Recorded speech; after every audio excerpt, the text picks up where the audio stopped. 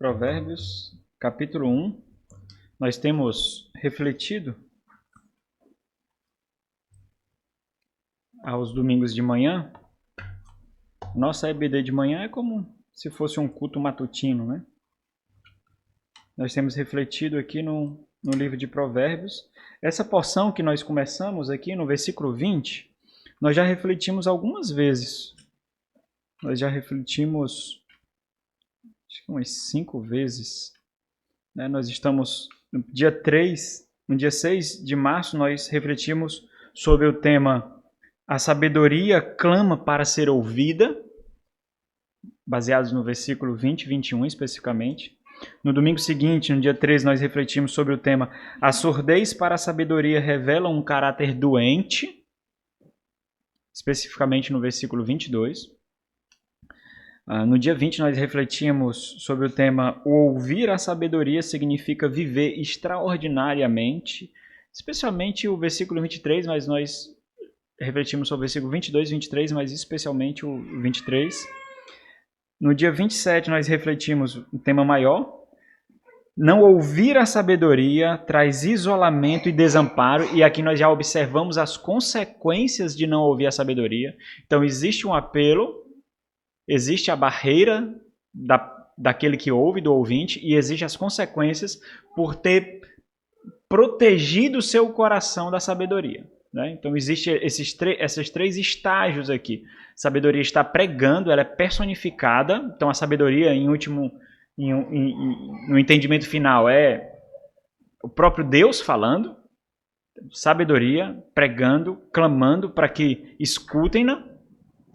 Existe uma barreira de estutícia, de escárnio, de loucura, para que a sua voz não seja, e ouvir aqui é apreender no coração, é aconchegar no coração, não é uma disposição mecânica de entrar pelos nossos órgãos auditivos aí, a ideia é de acomodar no coração, então é receber a mensagem e viver de forma condizente com ela. Então, o que era ouvir? Ouvir é dar frutos condizente àquilo que foi semeado. Isso é ouvir, né? Então, existe a necessidade de arar o coração para que então essa semente ela germine, né? Existem consequências de não fazer isso, obviamente, né? Então imagine que você está num terreno muito árido, muito seco, sem fruto algum. Você não percebe isso por causa da sua cegueira, da sua miopia, da sua estutícia. Isso tudo descreve um caráter arrogante, soberbo. Então, aquilo que contradiz a sabedoria é a soberba. Por quê? Porque aqui o sábio ele fala observando os jovens, os moços, mas o termo aqui direcionado não descreve somente aquele que tem uma pouca idade. Por quê? Porque a ideia bíblica é de quanto mais idade você tem, mais maduro você se torna. Eu sei que essa não é a nossa realidade hoje. A nossa realidade, nós temos pessoas de 50, 60 anos que são infantis, que são adolescentes. Nós temos pessoas que 20 anos de igreja que são meninos na fé. Então, mas isso não corrói a verdade bíblica. A verdade, não somente bíblica, mas comum, é de que as cãs, os cabelos brancos, revelam sabedoria. Então, dessa forma, nós podemos entender que os simples aqui, como os primeiros versículos descrevem, do capítulo 1, os simples aqui são aqueles que não têm bagagem suficiente para discernir a vida entre o bem e o mal e então fazer a vontade de Deus. Então, dessa forma, não são só os jovens que são chamados a ouvir, mas todos aqueles cujo coração é juvenil. É aquele que não tem sabedoria. É aquele que não tem poder de discernimento. É aquele cuja vida foi levada de tal forma que não moldou uma mente intencional para fazer a vontade de Deus e discernir o bem e o mal. O simples. O simples aqui é aquele que não sabe viver na prudência segundo a vontade de Deus. Esse é o simples. Então, a juventude tanto biológica, quanto a sua idade, quanto juventude de espírito, de coração, de mente, certo? Então, A surdez aqui, que a sabedoria descreve, se os irmãos perceberem, existe uma irritação da sabedoria. Então, a surdez aqui é uma surdez voluntária, é uma surdez opcional. Ele fez a escolha de não ouvir. Por isso, a arrogância. A ideia que nós temos é de quanto mais conhecimento nós recebemos, mais humildes nós nos tornamos, porque nós vamos conhecendo mais de Deus e mais de nós mesmos. Aquele que tem menos conhecimento, ele não conhece mais de Deus e nem mais dele mesmo, então ele tem uma reflexão sobre si mesmo à luz de si mesmo. Por isso a arrogância, por isso a soberba. Ele se satisfaz consigo mesmo. Ele fica extasiado em ouvir a sua própria voz. E aí nós entendemos que a soberba precede a queda. Aí nós entendemos. Porque ele só enxerga a si mesmo. Ele enxerga os seus passos e aprende com os seus passos. A sabedoria nos convida a olhar para os passos de outros, para os caminhos de outros, para a vida de outros. Então, de uma certa forma, o livro de Provérbios tem esse caráter pragmático. Olha, se você viver assim, se você considerar isso, a probabilidade de você fazer coisa errada será muito difícil. Porque esse é o senso comum, essa é a vida comum de quem teme a Deus. No domingo passado, no dia 3, nós demos uma pausa na nossa reflexão e refletimos sobre a adoção. Esse foi um testemunho pessoal com base no que a adoção tem significado espiritualmente em nossa experiência, né? E retornamos aqui sobre o tema, e aí nós vamos refletir especificamente do versículo 28 ao versículo 33. E o tema da nossa reflexão podem ter 6 temas, ou então 3 temas. E eu vou fazer o contraste para vocês aqui. Ao surdo será dado surdez, ao ouvinte será dado paz de espírito, e que é especificamente o versículo 32 e 33. Ao surdo será dado surdez, ao ouvinte será dado paz de espírito. Se você quiser pegar os versículos iniciais e fazer o contraste, que aqui é uma construção de pensamento, a gente pode entender que ao escarnecedor será dado o escárnio, ao humilde será dada exaltação. E exaltação, olha, no entendimento primeiro, especialmente dos salmistas, exaltação não descreve alguém que será colocado numa posição elevada, que desfrutará de conforto, de prosperidade material. Exaltação não quer dizer isso. A ideia de exaltação que nós temos é a ideia de que, isso aqui é muito interessante, a ideia de que quando vier as tentações, as dificuldades, os perigos, o Senhor o levantará para proteger. Isso é exaltação. O Senhor, é como se o Senhor estivesse levantando para que essas coisas passassem por baixo dele e não o pegasse. Claro que isso é uma encenação do que o Senhor faz, né? O Senhor não faz isso fisicamente, mas o resultado final é esse: o Senhor protege. Como o Senhor protege? Lhe dando paz de espírito. Porque ele vai continuar experimentando aquilo que todo mundo debaixo do sol experimenta. Problemas na vida, desconforto, medo, angústia. Só que Deus fortalecerá e protegerá a sua mente e seu coração de tal forma que a soberania de Deus e sua santa providência lhe dê conforto e paz para ele viver no mundo mal como se ele já estivesse desfrutando do mundo por vir. Ao escarnecedor, o escárnio, ao humilde, a exaltação. Ou, podemos entender, ao arrogante, a insegurança. Porque qual é o maior trunfo do arrogante? É ele ficar confortável consigo mesmo. Ele entende que a sua palavra é a verdade. Ele entende que as suas conclusões são as mais corretas possíveis.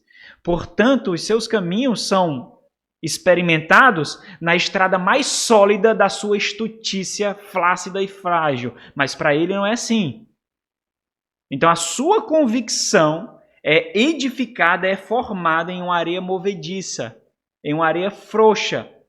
E ele vive assim. Ele experimenta as consequências da sua estutícia, da sua arrogância, mas ele não discerne que isso é consequência das suas arrogâncias. Ele percebe que isso é uma provação para ele continuar firme na estutícia dele.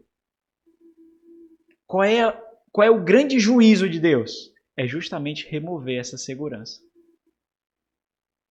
Então, ao arrogante será dado insegurança.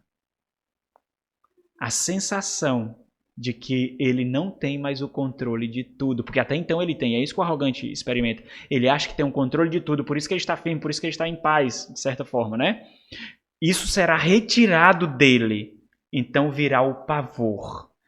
Quando o pavor vem e nós não temos como retaguarda uma teologia muito formada da soberania de Deus, nós perecemos, irmãos.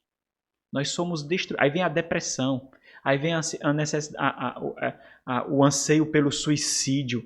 Aí vem o anseio pelo isolamento. Aí vem o anseio pela morte. Aí vem aquele desejo de morte angustiante. Por quê? Porque o nosso chão foi removido. Não tem soberania, não tem providência, não tem Deus poderoso, não tem castelo forte, nada. Tudo foi removido de nós.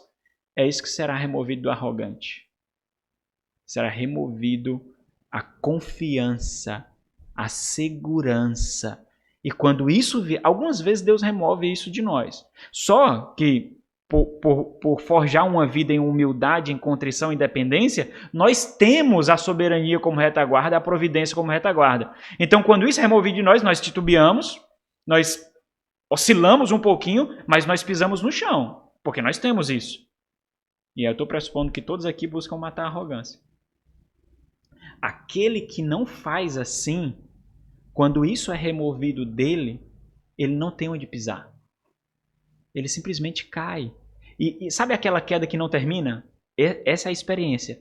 É aquela queda que ele grita. Você já assistiu esses filmes desanimados? Ele grita, grita, grita, grita, grita, grita e ele cansa. Aí grita, grita, grita, grita, grita e ele cansa. E o frio da barriga não para. Você já foi montanha-russa, alguma coisa assim, que dá aquele frio na barriga?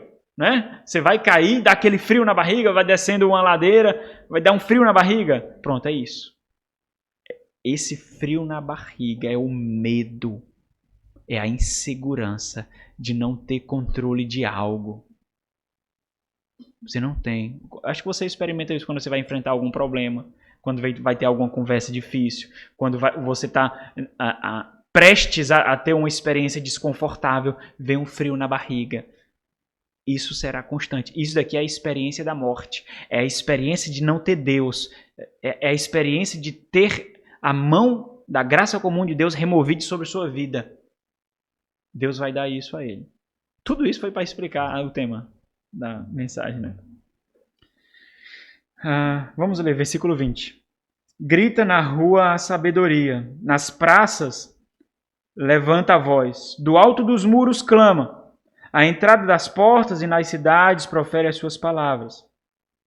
Até quando? Então, os irmãos observem que já existe uma surdez recorrente, né? Até quando, ó nécios, amareis a necessidade? Ele está descrevendo características arrogantes, certo? Até quando, ó nécios, amareis a necessidade? E vós, escarnecedores, desejareis o escárnio?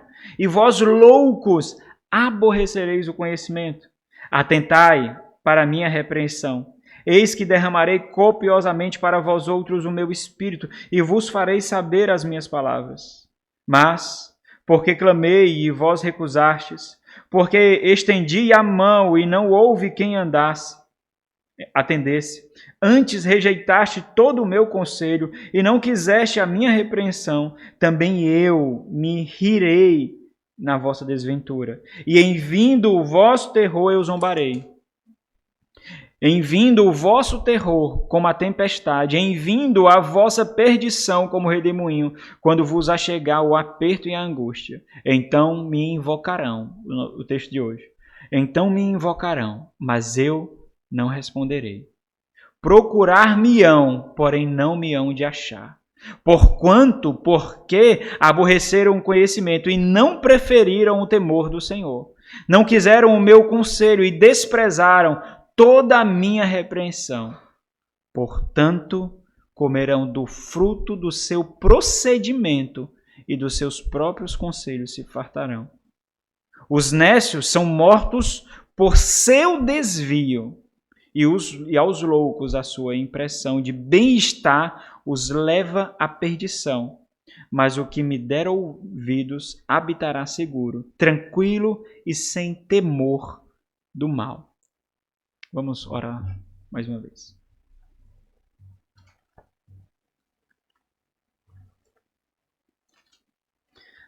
Nosso Senhor, derriba a nossa estutícia para que o Senhor nos ensine, ó Pai. Nós somos aqueles que ainda pequeninos e necessitados entendem a importância de ouvir do Senhor as tuas santas instruções. Então faz isso, Deus.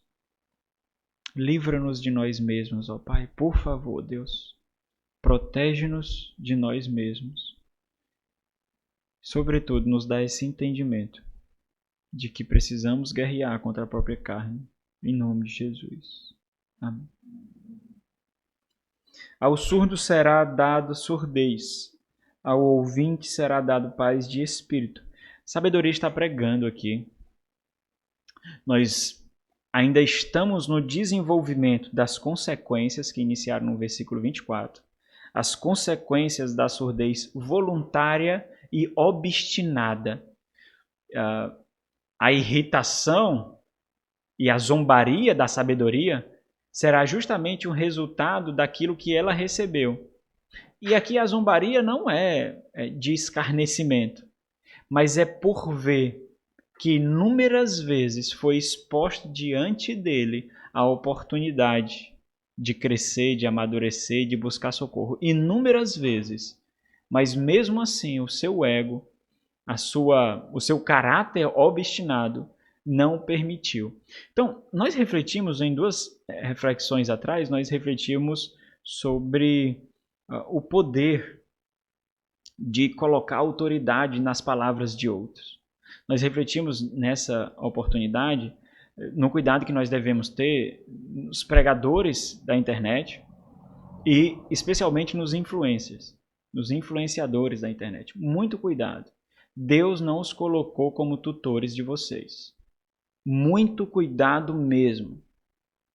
Deus deu a vocês líderes de igreja local.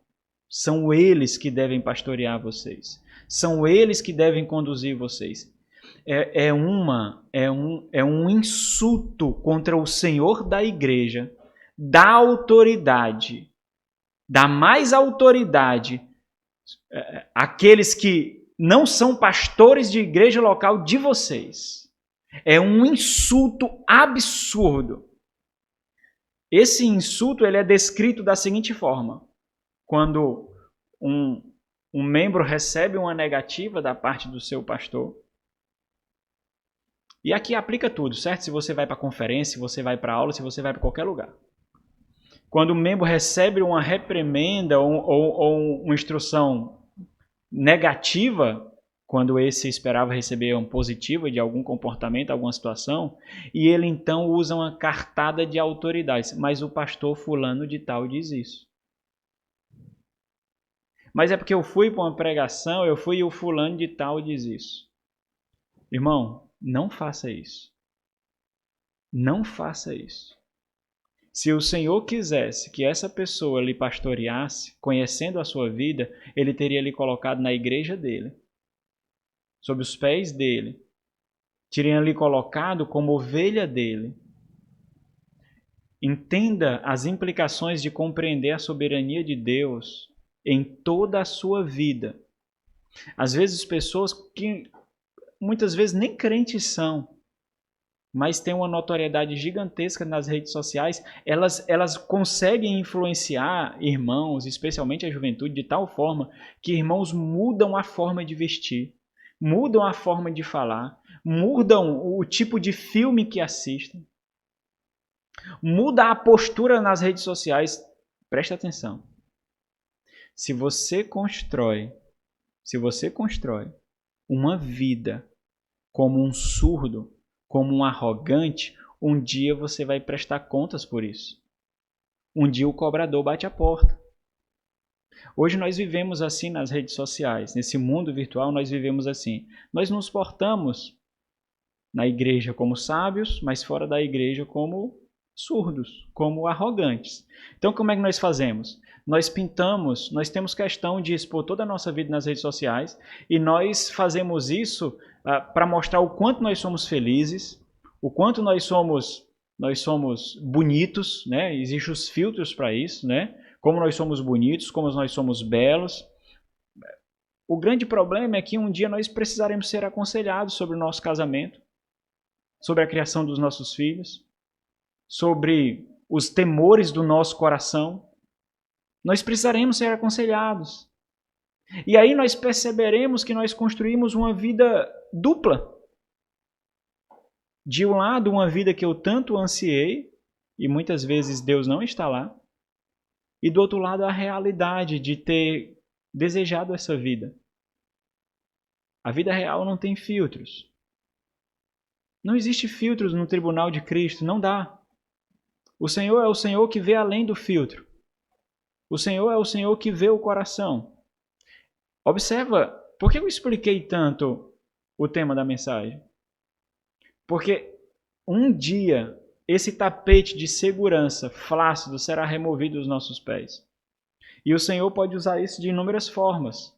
Uma dificuldade que você não consegue vencer no casamento, uma dificuldade que você não consegue vencer no trabalho, uma dificuldade que você não consegue vencer na criação de filhos, uma dificuldade que você não consegue vencer interiormente por um perdão que você não deu a si mesmo como deveria dar. E então, quando isso acontecer, você vai procurar o chão e talvez você pode não encontrar. Muito cuidado com a vida que você constrói. A sabedoria grita. Ela eleva a sua voz acima dos mercadores que vendem na praça. A disposição voluntária e obstinada em não ouvir, um dia trará consequências. Talvez você esteja vivendo tão em paz, tão tranquilamente, porque está trazendo cócegas à sua carne. Mas o que você precisa analisar é se, com isso, você está oferecendo desprezo à sabedoria. Por que isso é importante? Porque você está adestrando o seu coração. Cada decisão que você toma, você está adestrando o seu coração.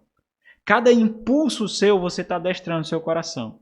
Cada comportamento, você está adestrando o seu coração. Seja intencionalmente ou não, você está moldando a sua mente e o seu coração. O grande problema é que você pode moldá-lo de tal forma que, sem perceber, você está colocando ferrolhos na porta do seu coração, da sua mente, justamente para a voz que você não deveria colocar.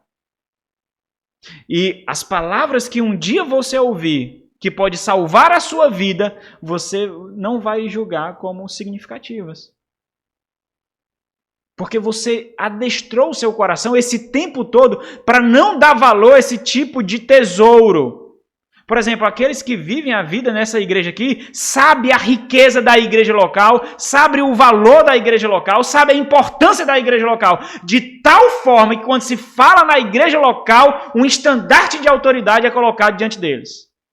Mas aqueles que vivem numa igreja ou têm uma mentalidade de igreja como se fosse algo comum, como se fosse um clube, como se fosse uma associação, como se fosse algo sem importância, não vai entender o peso. Então, nas palavras são atribuído peso, significado, significância nas palavras.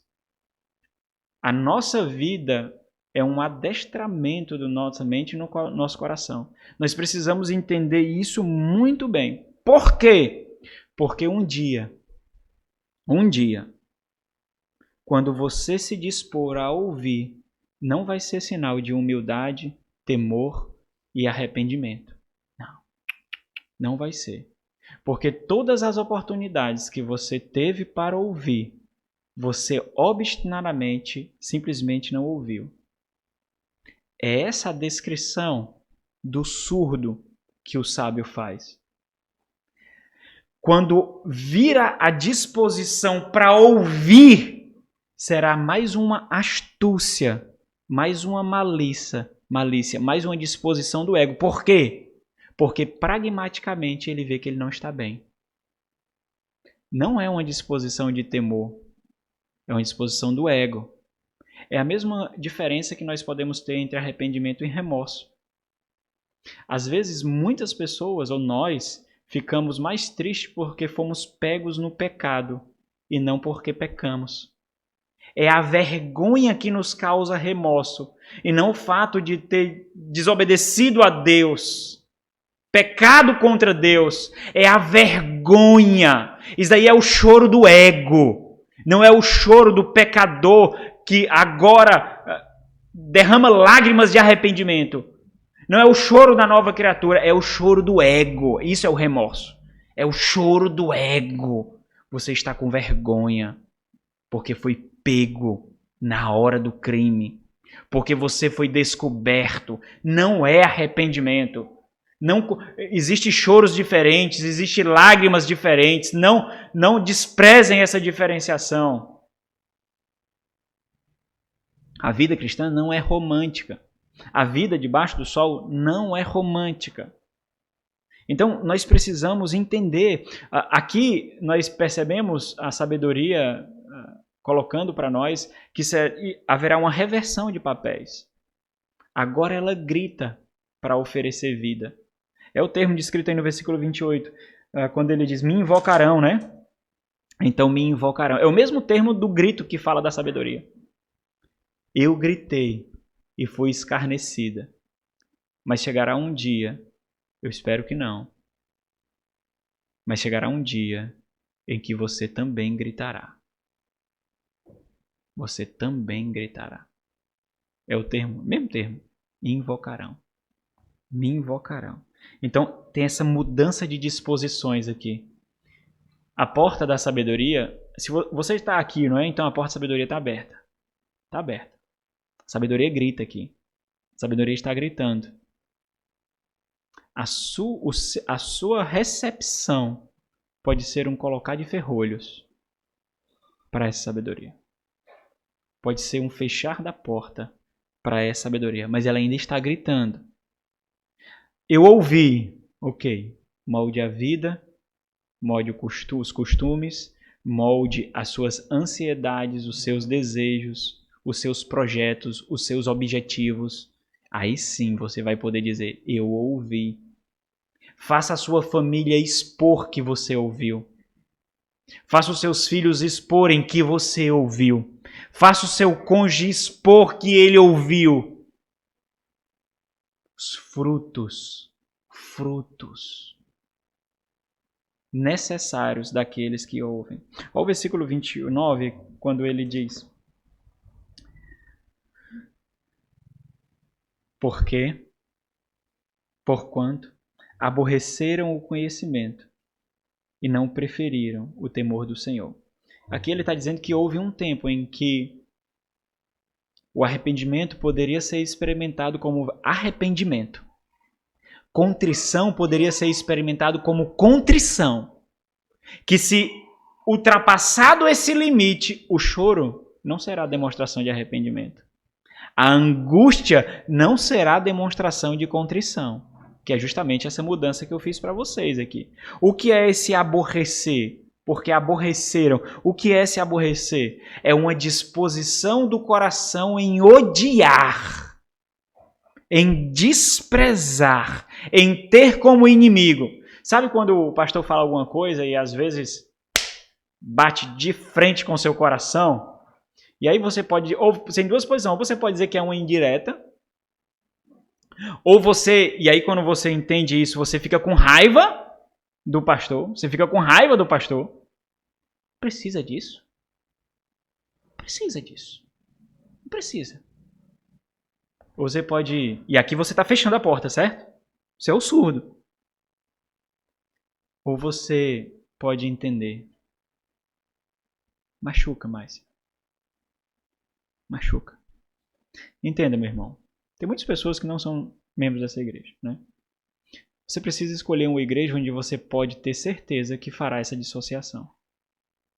Você precisa ter certeza de que os pastores estão realmente comprometidos em dar a sua vida por você. Você precisa ter essa certeza. Caso contrário, você não vai viver a vida cristã que Deus preparou para você. Não vai. Você não vai. Porque isso é verdade. Isso é verdade. Essa é uma dinâmica verdadeira. Ou nós fechamos o coração, ou abrimos o coração. Sempre quando nós fechamos, irmãos, é a mão do ego que fecha. É a mão do ego, é ele que fecha. E ele é rápido para fechar. Ele não abre não de novo. Ele não abre. Quando ele estiver se contorcendo, e aí vai ser o versículo 32, ou começa a partir do versículo 28, quando você buscar, ele está se contorcendo lá dentro do ego. Mas ele continua o ego. Ele continua arrogante. Ele não gosta de sofrer, mas ele está lá. Ele não ama Deus. Ele não quer Deus. São lágrimas dele e para ele. Ele não deseja Deus, ele está lá. Escute a voz de seus pais, jovens. São as cordas de socorro para arrancar de um buraco que a sua estutícia cava. Você é tolo. Entenda isso. Você não é sábio. Entenda. Você não tem idade para ser sábio. Entenda. E aceitar isso e perceber isso é o primeiro passo para ser um dia sábio. Mas você não é, jovem. Você não é. Aceite ou morra. Simples. É simples, irmãos. Simples. O melhor remédio não é o doce, é aquele que cura. Não é porque o remédio é docinho que vai trazer cura para você, não. A maioria das vezes é muito amargo, mas é o que cura. Quantos passos falta você dar para chegar no limite onde não há mais retorno? Tem? Você já consegue? Você consegue enxergar isso? Será que você já caminhou tanto dessa forma? Quantos passos faltam? Quantos passos você deu essa semana para isso? Quantos? Quantos? Você deu algum? Você trancou algum ferrolho? Como está o ego?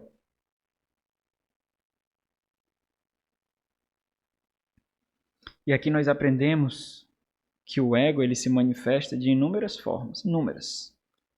Por isso que você precisa ter tutores sábios e tementes a Deus, comprometidos em salvar sua alma, quase que arrancando das mãos do inferno. Porque muitas vezes você não percebe isso. Por isso que você precisa do seu irmão e por isso que você precisa que o seu irmão amadureça por você. O crente tem obrigação de amadurecer. O crente não tem o direito de viver a vida cristã e não amadurecer. Não tem. Não tem o direito disso. O crente tem a obrigação de amadurecer, porque o seu irmão precisa de você. Porque os olhos dele não conseguem muitas vezes olhar para o interior. E com os dons que Deus lhe deu, você consegue olhar. E ele precisa de você. Porque um dos grandes trunfos do ego é mostrar que você pode ser independente. Que você não precisa de igreja. Que você pode ser autônomo. Que aquela palavra não deveria ser falada daquela forma. Que aquela pessoa se comportou de forma arrogante. Se comporta de forma arrogante e me mata, mas me deixa mais parecido com Cristo, por favor. Não importa se ele usou a palavra errada. Não importa se ele usou o tom errado. Não importa. O que importa é que eu sei que eu amo o Senhor e mesmo nos erros dele, a soberania de Deus está trabalhando para o meu bem, porque eu o amo. Pare de dar desculpa porque alguém falou uma palavra errada, porque alguém falou num momento inadequado, porque alguém usou o tom errado. Nós somos pecadores, irmãos. Não é Cristo que está pregando aqui. Nós somos pecadores, nós erramos. Nós precisamos entender isso. Escutem, aprendam a discernir o dialeto do ego. O tom da voz do ego, de tal forma que quando ele falar, você vai dizer, morra! Foi ele. Aquela vozinha interior que quer lhe enganar. Foi ele. Morre. Morre. Aprenda. Caso contrário, você morrerá. Entenda que o ego ele se manifesta de inúmeras formas. Questione as suas lágrimas. Questione as lágrimas dos seus filhos. Questione as lágrimas do seu cônjuge. Questione. Porque ele se manifesta muitas vezes para simular contrição, humildade, arrependimento. Mas não quer dizer que são verdadeiras. Não quer dizer. O versículo 30 e 31, vamos ler novamente. Olha o que ele diz. Não quiseram o meu conselho e desprezaram toda a minha repreensão. Portanto, comerão do fruto do seu procedimento e dos seus próprios conselhos se fartarão. Aqui é a fartura que dá indigestão. Aqui não há nutrição. Aqui é a mais completa indigestão. Então, houve uma opção, mas a escolha vencedora foi a do ego. Essa é aquela luta que Paulo fala em Gálatas, da carne contra o espírito. A carne é o ego. O espírito é a humilhação. É a humilhação de Cristo. Foi assim que ele conquistou para nós o perdão e a paz com Deus. Foi assim. Aqui, a escolha vencedora foi a do ego. O ego venceu. O versículo 32 e 33 são os versículos principais aqui, porque ele está nos dirigindo a observar pragmaticamente o fim da estrada que agora nós percorremos. Você sabe que você está seguindo um caminho. Você está seguindo um caminho. Cada decisão é um bloquinho que você coloca lá. Você está edificando algo. Você está construindo um grande caminho. Ele vai dar no fim. Um objetivo. Você chegará a um ponto. Você olha agora para ele. Você olha agora para esse caminho. E é isso que o sábio está nos conduzindo aqui. Onde ele te levará? Ele vai te levar realmente mais próximo de quê? Da sua prosperidade, de um corpo bonito, de amizades felizes, de prazeres carnais, ou mais próximo de Cristo? É a vida ou morte. Porque você vai se fartar das suas escolhas. Você está semeando. Um dia sempre chega a colheita. Sempre. Você está semeando. Observa isso. A vida cristã é simples, irmão. Não é difícil, não. A vida cristã é muito simples mesmo. É a luta que torna difícil. Mas nós sabemos para onde nós devemos ir. E nós somos constantemente exortados. Olha! Observa, analisa, faz um inventário. Aquele ali viveu dessa forma e resultou nisso. Aquele outro, é isso que nós lemos nos personagens, irmãos. É isso que nós lemos. Nós temos quantos passaram por aqui e hoje, não decidindo pela igreja, pela fé, estão com a vida destruídas, acabadas, porque não amaram o Senhor até o fim. Quantos? Nós não temos só os personagens bíblicos, nós temos os personagens da nossa história nós temos. Por isso que é tão gritante fechar a voz para a sabedoria. Porque não faltam alertas, não faltam. Naquele dia, as lágrimas tardias não amolecerão o coração do Senhor. Não amolecerão. Naquele dia, não haverá misericórdia e graça. Não haverá. Ninguém escarnece a obra do Espírito. Ninguém. Portanto, comerão do fruto do seu procedimento e dos seus próprios conselhos se fartarão. Os nécios são mortos por seu desvio, e os loucos, a sua impressão de bem-estar, os leva à perdição. Mas o que me der ouvidos habitará seguro, tranquilo e sem temor do mal. Nós tivemos muitas reflexões sobre isso na exposição do Salmo 119 aqui. Nós percebemos que o mal continua vindo. As tempestades continuam caindo. Os terremotos continuam acontecendo. Mas é diferente para quem está sobre a rocha. É muito diferente. Você continuará experimentando todas as coisas, mas nenhuma chegará a abalar o seu coração. Nenhuma. Você continuará experimentando problemas em casa, problema com os filhos, problema com o cônjuge, problemas na igreja, problemas no trabalho, problemas em relacionamentos na sociedade, problemas no carro, problemas em tudo, tudo. Mas as mãos do Senhor estarão lá, protegendo o seu coração, porque você sabe que sem Ele você não consegue. Você sabe.